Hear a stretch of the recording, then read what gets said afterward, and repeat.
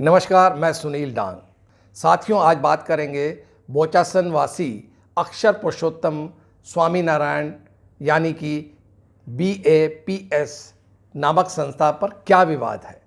यह केवल विवाद है या इसमें कोई सच्चाई भी है?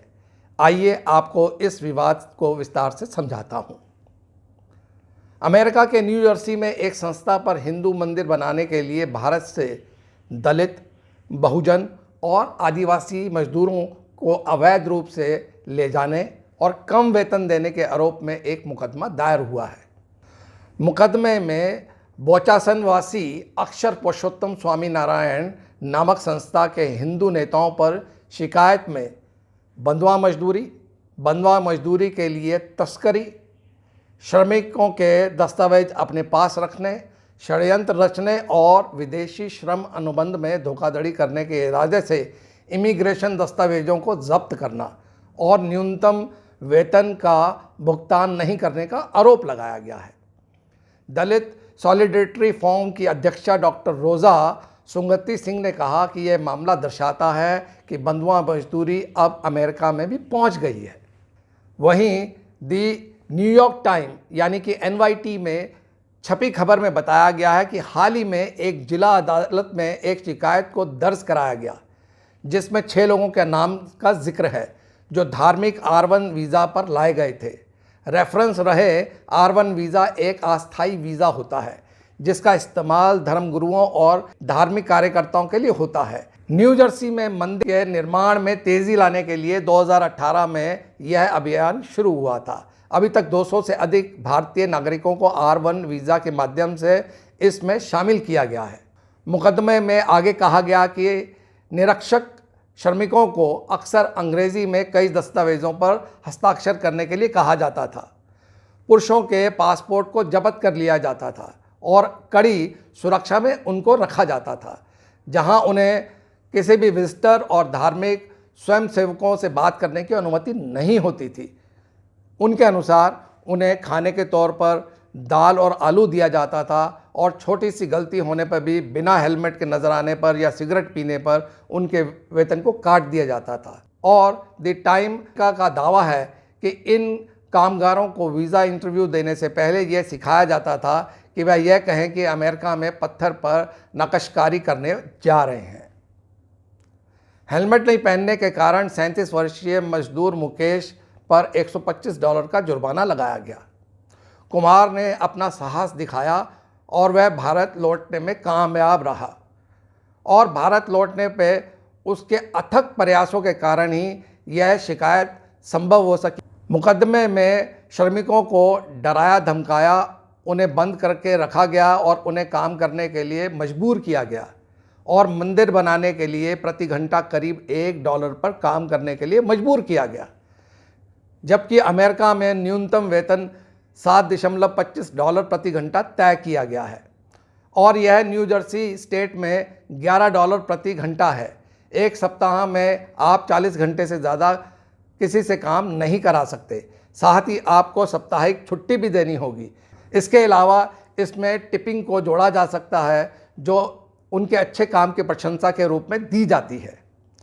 इन मजदूरों की मदद करने वाली न्यू जर्सी की भारतीय मूल की एक वकील स्वाति सावंत ने कहा, मजदूर समझते थे कि उन्हें अमेरिका में अच्छी नौकरी मिलेगी, घूम फिर सकेंगे, लेकिन उनको यह नहीं मालूम था कि उनके साथ जानवरों जैसा व्यवहार किया जाने वाला है। उनको मशीन समझा जाएगा जिसको कभी छुट्टी की ज़रूरत ही नहीं होती। श्रमिकों के वकीलों ने कहा कि उनसे साइट पर दिन में लगभग 13 घंटे यानी कि प्रातः सुबह 6:30 से शाम 7:30 तक काम कराया जाता था। इस दौरान बड़े पत्थरों को उठाना, क्रेन व अन्य भारी मशीनरी का संचालन करना, सड़कें और सीवर का निर्माण करना, खाई खोदना, जमी बर्फ़ को हटाना, पत्थरों को रसायन में डुबोना जैसे काम किए जाते थे। इन लोगों से न्यू जर्सी निर्माण स्थल पर अक्सर खतरनाक परिस्थितियों में कई घंटे काम कराया जाता था। इसके अलावा उन्हें 40 दिन तक लगातार काम करने के बाद एक दिन की ही छुट्टी दी जाती थी। शिकायत में कहा गया कि इसके लिए उन्हें केवल $450 प्रति माह दिया जाता था। उन्हें $50 का नगद भुगतान किया जाता था और बाकी रकम भारत में उनके खाते में जमा करा दी जाती थी। न्यूयॉर्क टाइम यानी NYT ने बताया कि 3 संघीय एजेंसियां FBI, होमलैंड सिक्योरिटी और लेबर डिपार्टमेंट इस कार्रवाई में शामिल थी और यह बताया जा रहा है कि यह कार्रवाई श्रमिक और इमिग्रेशन कानून उल्लंघन के आरोप से जुड़ी है। 11 मई को FBI यानी कि संघीय जांच ब्यूरो की छापामारी में करीब 200 श्रमिकों को न्यू जर्सी के रॉबिन्सविला स्वामीनारायण मंदिर के परिसर से बचाया गया। खबरों के अनुसार FBI छापे के बाद करीब 90 कामगारों को मंदिर परिसर से बसों में बिठाकर ले गई। अब यह मजदूर पुलिस की संरक्षण में हैं।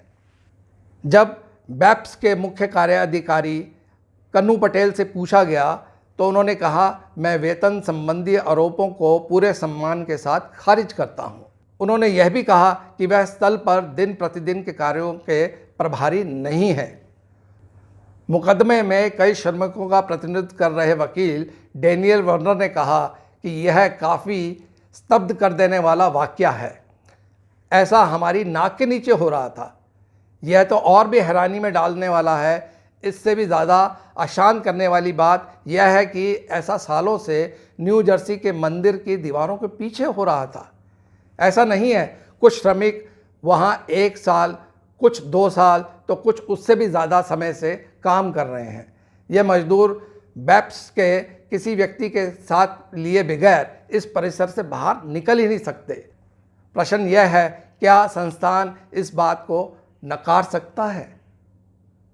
हाल ही में न्यू जर्सी लेबर डिपार्टमेंट ने एक प्रेस रिलीज को जारी किया, जिसे आप स्क्रीन पर देख रहे हैं, और यह भी ट्वीट किया कि विभिन्न लेबर कानूनों के उल्लंघन के लिए लेबर के ठेकेदार, कुन्हास निर्माण इकाई और नूना कुन्हास के खिलाफ कार्रवाई शुरू की गई थी। उन पर राज्य के वेतन और घंटों के कानून के बार बार और चलते रहने वाले उल्लंघन के आधार पर कंपनी को स्टेट में और कंट्री में रोक लगा दी गई है।